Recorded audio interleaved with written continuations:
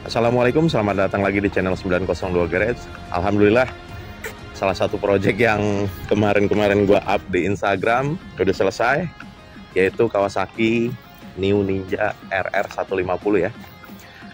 Punyanya Om Bram yang udah kesekian kali nih modif di 902 Garage. Terima kasih kepercayaannya nih buat kita.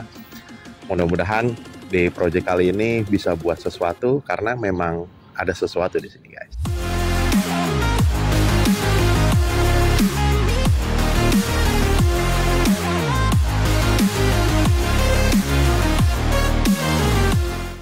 Di project kali ini, sesuatu yang pernah gua informasiin tadi.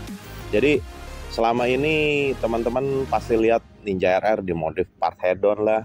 Ninja RR pakai Brembo, pakai part-part yang branded istilahnya.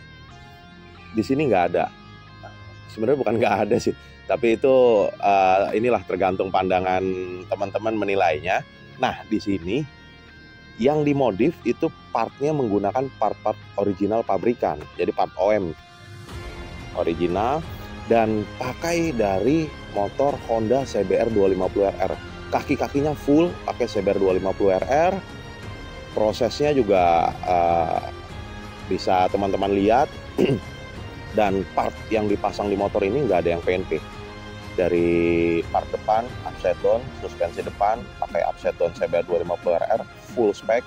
Jadi dari stangnya, stang jepitnya segitiga triple clamp, atas bawahnya pakai CBR 250RR juga. Terus as roda sampai ke bagian spakbor itu semua pakai CBR 250RR bagian depan. Nah, untuk di bagian depan itu cukup lumayan rumit penyesuaiannya karena si frame atau bukan frame ya, apa namanya, tanduk rusak, tanduk ininya apa, dudukan untuk fairing depan Ninja RR ini agak ramping. Jadi si upside down itu kan cukup lebar untuk masuk ke motor ini, jadi sedikit penyesuaian lah di bagian itu. Dan komsir otomatis, komsir pasti ada penyesuaian di upside down. As roda tetap karena ukuran as roda depan Ninja RR sama CBR 250RR sama, jadi kita bisa pakai CBR 250RR. Dan yang terpenting, sensor speed. Jadi sensor speed di pelek originalnya karena dia masih pakai model kayak apa ya, rotor ya di pelek. Jadi ini tetap berfungsi secara normal.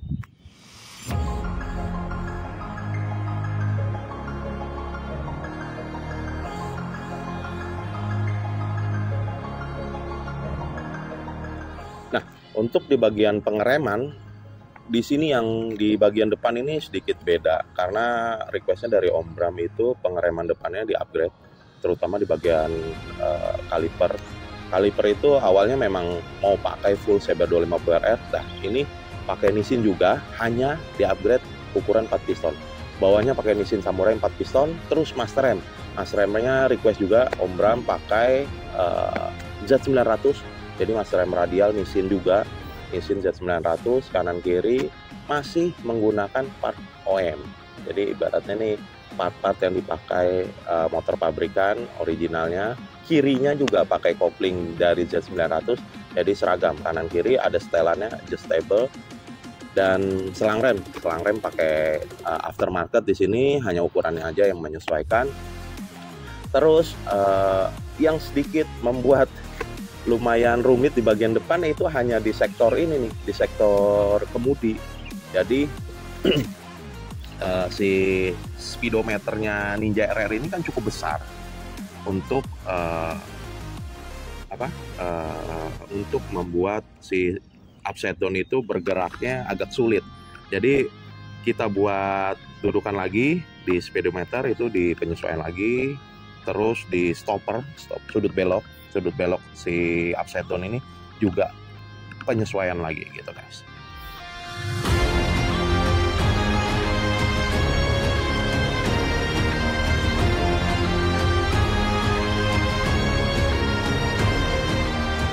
Setelah bagian depan, gue bahas mau ke bagian belakang. Untuk bagian belakang, gue pernah informasiin juga di Instagram kemarin. Jadi sistem monoshock di sini sudah nggak konvensional, ibaratnya udah nggak langsung ke swing arm ya. Jadi sistem monoshocknya ini sudah pakai Proling. Prolingnya original full CBR 250RR, hanya di penyesuaian tinggi si monoshock. Jadi kalau pakai monoshocknya CBR 250RR ini dia nggak memungkinkan. Jadi kita kondisikan dengan ukurannya aja, dan sekalian ganti pakai aftermarket yang model tabung bisa, biar kelihatan matching sama upside down, warnanya ada goldnya juga. Request juga dari Om Bram. Swing arm. Nah, di bagian swing arm ini yang menurut gua cukup berpikir juga, ini yang menjadi pengalaman dan pengetahuan baru untuk memodif Ninja RR, karena baru pertama kali 902 Garage ngerjain spek seperti ini gitu. Dan mungkin ini baru pertama juga di Ninja RR dengan spek seperti ini ya, karena gue ngerasa belum ada yang modif dengan spek seperti ini gitu. Rangkanya itu bagian depan kanan kirinya itu untuk masuk swing arm cukup sempit. Jadi si swing arm itu dipapas kanan kirinya cukup banyak untuk masuk bisa ke rangka Ninja RR ini. Jadi yang 902 Garage modif itu bagian armnya ya, jadi si rangkanya tetap utuh, nggak kita apa-apain. Pelek set, pengereman set belakang, terus gear tipe itu masih tetap pakai basicnya si CBR 250RR. Jadi kalipernya tetap pengeremannya originalnya CBR 250RR, karena sama-sama Nissin juga masih original. Piringannya juga ngikutin, peleknya dan gear setnya karena si Ninja RR pakai tipe 520, jadi tetap bertahan guys. Gear depannya nggak diganti, belakangnya pakai CBR 250RR, dan rantai paling yang dikondisikan. Ukuran ban tadi gue belum bahas di bagian depan. Ukuran ban ini nggak lebar-lebar banget sebenarnya, tapi kalau menurut teman-teman yang biasa main di Ninja RR ini udah cukup semok ya. Ukuran ban 150/60 belakang, depannya 110/70, pakai Pirelli Diablo Rosso Sport. Dari ukuran pelek originalnya Ninja RR yang cuma berapa, 3 inch belakang, ini naik 4 inch, jadi naik 1 inch buat lebar peleknya, dan gua rasa cukup proporsional, ideal di bagian belakang. Terus ada fender atau hager belakang dengan spakbor depan sudah diganti pakai karbon. Jadi bukan bawaannya CBR 250RR, tapi pakai karbon Kevlar guys. Tadi gue bicara masalah teknis untuk penyesuaian part. Mungkin bengkel-bengkel juga punya cara tersendiri lah buat gimana caranya ngemodif di sini gitu. Nah, sekarang gue bicara kenapa pemilihan part OEM ini cukup penting, karena gini, beberapa kali pengalaman gue project di bengkel, jadi nyamannya itu beda guys. Part original pabrikan itu dipakainya benar-benar beda dibanding part aftermarket. Jadi kenyamanannya udah pasti terjamin deh, karena bukan cuma satu di motor ini, kita udah sering rakit di tim 902 Garage di motor-motor lain, bahkan di motor-motor yang di luar part yang dipasang seperti ini. Kayak ini part Honda dipasang di Kawasaki, itu cukup beda semua total gitu kan.